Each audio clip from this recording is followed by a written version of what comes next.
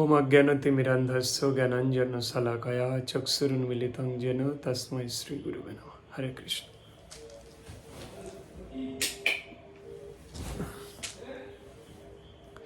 আজকের বিশেষ জ্ঞাতব্য বিষয় হনুমান চাল্লিশা। হনুমান চাল্লিশা একটা বিশাল বড় সাবজেক্ট। হনুমানজি তিনি ভগবান রামচন্দ্রের একজন বিশ্বস্ত সেবক। তিনি রামদূত, শ্রেষ্ঠ দূত। দাসরাসের যে ভক্তি আছে, নববিধা ভক্তির একটা ভক্তি হচ্ছে দাস্য। শ্রবণ কীর্তন স্মরণ বন্দন পাদসেবন দাস্য, এরকম 9 প্রকারের ভক্তি আছে। সেই 9 প্রকারের ভক্তির মধ্যে একটা হচ্ছে দাস্যরস। হনুমানজি দাস্যরসের ভক্ত। যার হৃদয়ে, যে ব্যক্তির হৃদয়ে গুরুদেবের প্রতি পূর্ণ দাসত্ব স্বীকার করার প্রবণতা আছে, হনুমানজিও তার দাস হয়ে যান। যদি কারোর গুরুগিরি করার প্রবণতা থাকে, তো হনুমানজি কোনোদিন তার দাস হবেন না, তার যত স্বয়ংসিদ্ধ মন্ত্র বলি কিনা। হনুমানজি গুরুর দাস, ভগবানের দাস। ভগবান সূর্যদেব তার গুরুদেব, এবং তিনি পবনপুত্র, এবং তিনি রামদূত, অঞ্জনী কুমার। তো সেই হনুমানজির কৃপা প্রাপ্তির জন্য এক বিশেষ সিস্টেম আছে, যার ফলে এই হনুমানজি আপনার প্রতি সুদৃষ্টি প্রদান করবেন এবং সমস্ত কার্যসিদ্ধি করে দেবেন। যা ভাবতে থাকবেন সেটাই ঘটতে থাকবে। আপনি যেখানে হাত দেবেন সেটা সোনা ফলতে থাকবে। এটা পরীক্ষিত, প্রমাণিত। জয় হনুমানজি কি জয়, জয় বজরং বলি কি জয়, জয় বজরং বীর কি জয়। সেই বজরং বলির দাস হতে গেলে জয় শ্রীরাম আর মুখে হরিনাম আর একটা হনুমানজি আর রামচন্দ্রের গেঞ্জি পরলেই কিন্তু এটা হবে না। কেউ মনে করে আমি বিশাল রামের ভক্ত, একটা রামচন্দ্রের ফটো নিয়ে গেঞ্জিতে লাগিয়ে ঘুরছে। টয়লেটে গেলেন, কি জ্ঞান আছে আপনার বলুন তো? টয়লেটে ওটা পরে চলে গেলেন। তারপর আপনি আরো দিকে যাচ্ছি না, সরি। অ্যাকচুয়ালি হনুমানজির কৃপা লাভ করতে গেলে আপনার কিছু যোগ্যতা থাকতে হবে। সেই যোগ্যতা দাস ভাব। হনুমানজিকে সিদ্ধি করার জন্য, হনুমান চাল্লিশার মাধ্যমে সিদ্ধি লাভ করার জন্য এক আসনে বসে হনুমান চাল্লিশা 5000 বার জপ করতে হয়। 5000 বার জপ করার মতো ক্ষমতা আমাদের কারোরই নেই এক আসনে বসে। তাই গুরু কৃপা লাভ করার জন্য, গুরু কৃপার মাধ্যমে আমি কিছু মন্ত্র পাই, যে মন্ত্র স্বয়ং সিদ্ধ, যে মন্ত্র একবার পাঠ করে হনুমান চাল্লিশা একবার হনুমান চাল্লিশা পাঠ করলে 1000 বার পাঠের ফল লাভ হয়। তাহলে 5 বার যদি আপনি হনুমান চাল্লিশার আগে যদি ওই মন্ত্রটা 5 বার পাঠ করে নেন, তাহলে কিন্তু 5000 বার হনুমান চাল্লিশা পাঠের ফল হবে। এখন সেই হনুমান চাল্লিশা অ্যাক্টিভেট করার জন্য কোন একটা পূর্ণিমা লাগে। কালকের পূর্ণিমা, এই পূর্ণিমাতে এটা সবাই করতে পারবেন। কালকের সন্ধ্যা 5টা পর্যন্ত, 5:18 পর্যন্ত মনে হয় পূর্ণিমা থাকবে, কাল সারাদিন করতে পারবেন।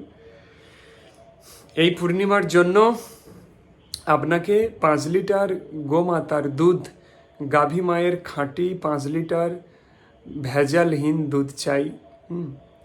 সেই দুধে ভগবান রামচন্দ্রের স্বয়ংসিদ্ধ একটা মন্ত্র আছে। সেই মন্ত্রটা 31 বার বলে 31 বার ফুঁক দিয়ে ওই দুধটা ওই পূর্ণিমার লেগে থাকার মধ্যে আপনাকে স্নান করতে হবে।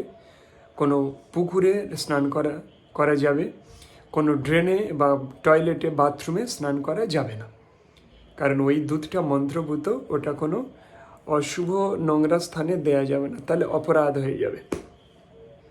হচ্ছে রিয়েল সিস্টেম। তারপর ওই মন্ত্রটা আপনার শরীরে অ্যাক্টিভেট হয়ে গেল। এবারে যখন আপনি হনুমানজির থেকে কোনো কাজ নেবেন, তখন সংকল্প মন্ত্র বলতে হবে।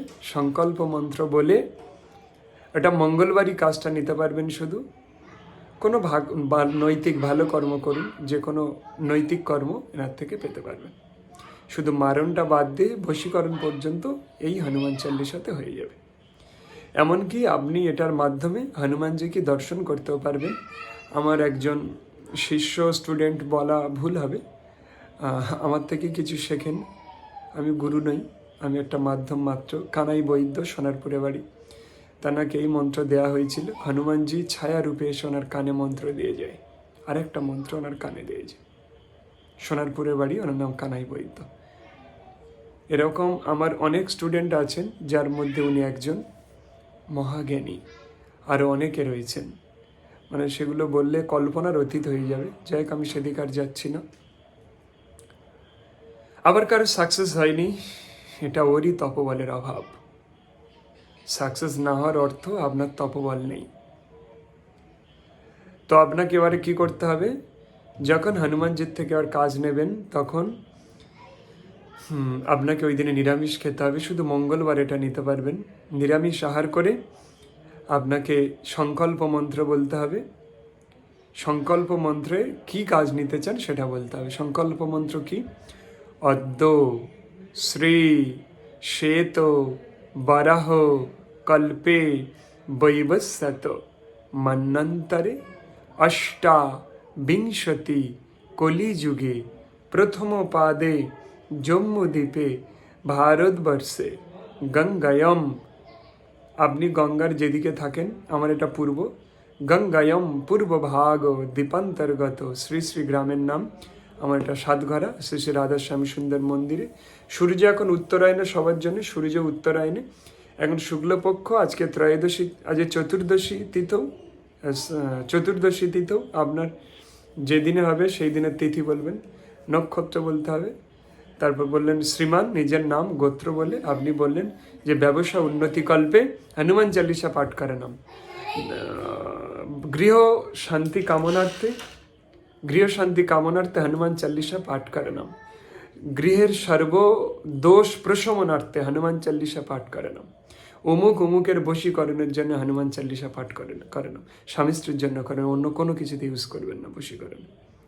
আবার বললেন যে ওর এই চাকরির বাধাপ্রাপ্ত, চাকরি সাফল্য লাভার্থে হনুমান চালিসা পাঠ করেন। বিদ্যা সাফল্য লাভার্থে হনুমান চালিসা পাঠ করেন।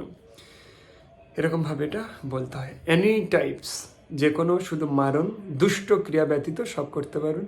দুষ্ট কর্ম করলে এটা আপনার দিকে রিফ্লেক্ট হয়ে ফিরে এসে আপনার শেষ করে দেবে। বুঝতে পারছেন? কোনো অশুভ কর্ম করা যাবে না। তারপর বলতে হবে মন্ত্রহীনং ক্রিয়াহীনং ভক্তিহীনং জনার্দন যৎ পূজিতং মায়া দেব পরিপূরণং তদস্তু। যখন কাজ নেবেন তখন 5 বার রামের বীজ মন্ত্র, ভগবান রামের, আর 5 বার হনুমান চালিসা গোত্র সংকল্পের পরে পাঠ করবেন। কমপ্লিট। মন্ত্র কি? মন্ত্র হচ্ছে ওম ক্লিম নমঃ ভগবতে রামচন্দ্রায় সকল জন বশ্যকরায়। ওম শ্রীম শ্রম দম ত্রিম রম রম নারায়ণ দশরথ বিদ্মৈ সুতবল্লভ ধীমহি তন্নো রাম প্রচোদয়াৎ। টার্গেট ছাড়া এটা বলবেন না।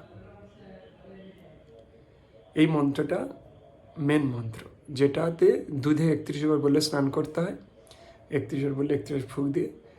আর হনুমান চাল্লিশার আগে এটা একবার এটা পাঠ, একবার হনুমান চাল্লিশা পাঠ, 5 বার এটা, 5 বার ওটা। কমপ্লিট। এবার আরেকটা মন্ত্র দিচ্ছি, যেই মন্ত্রটা প্রয়োগ, একটা জলে মন্ত্রটা বলে ফুঁক দিয়ে যদি কারোর হাতে দেন, যদি সেই ব্যক্তির উপরে কোনো তন্ত্রবাধা প্রেতবাধা কোনো দিন ছিল, এখন নেই বা আছে, তাহলে ওই প্রেতটাকে হনুমানজি গদা দিয়ে মারতে মারতে ওর শরীরে আনবে। থরথর করে কাঁপবে, আপনি দেখতে পাবেন চোখের সামনে, কথা বলবে। আপনি ওই মন্ত্রটা 31 বার বলে জলে ওর হাতে দিলেন কাঁসার পাত্রে, আর ওর শরীরে মন্ত্রটা বলে বলে ফুঁক দিতে থাকলেন, আর বলতে থাকলেন কে তুই এর শরীরে প্রবেশ করেছিলিস, তোর পূর্ণ ক্ষমতা নিয়ে শরীরে প্রবেশ কর, 2-1টা প্রশ্ন করে ছেড়ে দেব। এরকম বললে শরীরে চলে আসবে। তারপর হাতটাকে আপনার চেপে ধরতে হবে, আর পালাতে পারবে না। নিজের দেহবন্ধন অবশ্যই করতে হবে, বাড়ির যাদের, আপনার বাড়ির দেহবন্ধন করতে হবে, তা নাহলে আপনি এটা করতে গিয়ে সেই প্রেত আপনার বাড়িতে আক্রমণ করতে পারে। দেহবন্ধন প্রণালী জানতে হবে। তাহলে ওই প্রেতটাকে ধরে আনা যায় ওর শরীরে। মন্ত্র কি? ওম নমো আদেশ গুরু কো ওরে অঞ্জনী কুমারা